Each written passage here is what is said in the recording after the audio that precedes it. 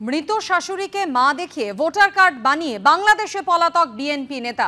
অভিযুক্ত বিএনপি নেতা রিজাউল মণ্ডলের স্ত্রী শেরফুল মণ্ডলকে গ্রেফতার করা হয়েছে।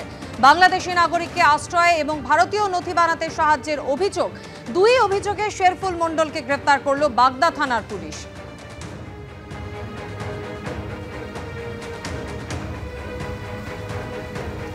মৃত শাশুড়িকে মা দেখিয়ে ভোটার কার্ড বানিয়ে বাংলাদেশে পলাতক বিএনপি নেতা। অভিযুক্ত বিএনপি নেতা রিজাউল মণ্ডলের স্ত্রী শেরফুল মণ্ডলকে গ্রেফতার করা হয়েছে। বাংলাদেশি নাগরিককে আশ্রয় এবং ভারতীয় নথি বানাতে সাহায্যের অভিযোগে এই দুই অভিযোগকে সামনে রেখেই শেরফুল মণ্ডলকে গ্রেফতার করেছে বাগদা থানার পুলিশ।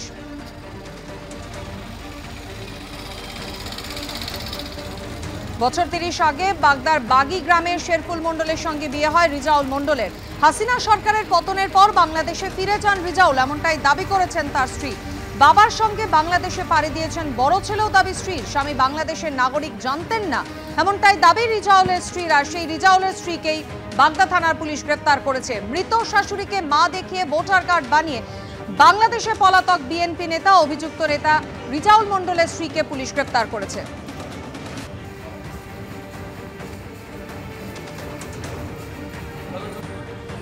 অভিযুক্ত বিএনপি নেতা রিজাউল মণ্ডলের স্ত্রী শেরফুল মণ্ডল গতকাল ঠিক কি বলেছিলেন শোনাব। ছেলে হয়ে উনি এই জায়গায় থাকে, এটা ওনার বাড়ি। কোনে প্রথমে হয়তো জানিনি আমরা, তারপরে গিয়ে জানতে পারি বাংলাদেশ অনেক আগেই চলে গেছে। কেন বলতে পারবো, বছর দেড় হয়ে যাচ্ছে।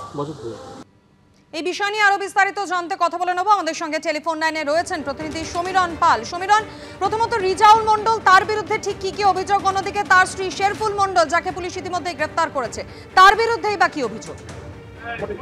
একেবারে মাধুরী, রিজাউল মণ্ডল যে যার বিরুদ্ধে অভিযোগ যে ৩০ বছর আগে এদেশে আসেন এবং বৈবাহিক সূত্রে আসেন এই বিএনপি নেতা, এবং তারপর থেকে তিনি বাগদাদে বসবাস করছিলেন এবং তার শাশুড়িকে নিজের মা পরিচয় দিয়ে তিনি ভোটার তালিকায় নাম তুলেছিলেন এবং নির্বাচনী প্রক্রিয়া অংশ নিয়েছিলেন।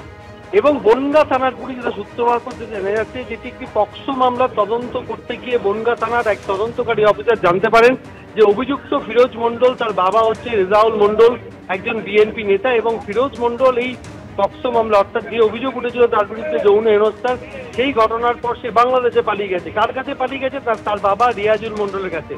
এই রিয়াজুল মণ্ডল বছর ৩০ আগে এদেশে আসে, বাগদা থানা এলাকায় আসে এবং এসে এখানে নিজের শাশুড়িকে নিজের মা পরিচয় দিয়ে ভোটার তালিকায় তার নাম তোলে। কিন্তু বর্তমানে সে বাংলাদেশে বসবাস করে এবং গতকালই এই ঘটনা সামনে আসে এবং তার ভিত্তিতে বাগদার ভিডিও তিনি বলেন যে প্রশাসনিক স্তরে তদন্ত হবে। তার পাশাপাশি এই নিয়ে স্থানীয় বিজেপি এবং তৃণমূল নেতৃত্ব সরবন। এবং তখনই জানা যায় যে ৩০ বছর আগে রিজাউল মণ্ডল এদেশে এসেছিলেন। কিন্তু বনগাঁ থানার পুলিশ তো পক্সো মামলা তদন্ত করতে গিয়ে ফিরোজ মণ্ডলের খোঁজ করতে গিয়ে জানতে পারে ফিরোজ মণ্ডল বাংলাদেশে আছে। তখনই রিজাউলের খবর পান এবং যেহেতু তার শাশুড়ি ইতিমধ্যেই মারা গেছেন, সেই কারণে তার স্ত্রী রয়েছেন এবং তার স্ত্রীকে এই অভিযোগে গ্রেপ্তার করা হয়েছে। আজকে তাকে বনগাঁ মহকুমা আদালতে পেশ করা হবে এবং যেটা জানা যাচ্ছে যে নিজেদের হেফাজতে যে আবেদন জানাবে পুলিশ, কেননা তার স্ত্রী যেহেতু রয়েছেন এবং তার স্ত্রী মায়ের নামে নিজের মা হিসেবে পরিচয় দিয়ে ভোটার তালিকায় তিনি নাম তুলেছিলেন একজন বাংলাদেশি হিসাবে, সেই কারণেই ভুয়ো নথি তৈরি করার অভিযোগে তার স্ত্রীকে গ্রেপ্তার করা হয়েছে এবং আজকে আদালতে পেশ করা হচ্ছে। মাধুরী, ধন্যবাদ সমীরণ। মৃত শাশুড়িকে মা দেখিয়ে ভোটার কার্ড বানিয়ে বাংলাদেশে পলাতক বিএনপি নেতা। অভিযুক্ত বিএনপি নেতা রিজাউল মণ্ডলের স্ত্রী শেরফুল মণ্ডলকে ইতিমধ্যেই পুলিশ গ্রেফতার করেছে। আর এই ঘটনার সম্পর্কে স্থানীয় তৃণমূল নেতৃত্ব গতকাল ঠিক কি বলেন শোনাবো। যেহেতু সে ওই দেশের নাগরিক, আমার এই দেশে এসে ভোটার হয়েছিল, সে এখান থেকে চলে গেছে, আমাদের তাতে কোনো সমস্যা নেই, আমাদের ক্ষেত্রে ভালো। আমরা চাই যে ভোটার না থাকুক, কিন্তু এই মেয়েটা যেহেতু এখানকারই তো এবং এখানে ছোটোবেলা থেকে আসে, আমরা তাকে চিনি জানি, দুটো বাচ্চাও আছে, যারা এখানে যারা থাকতে পারে এই মেয়েটা এবং তার দুটো বাচ্চা নিয়ে, সেই ব্যাপারটা আপনারা একটু দেখবেন।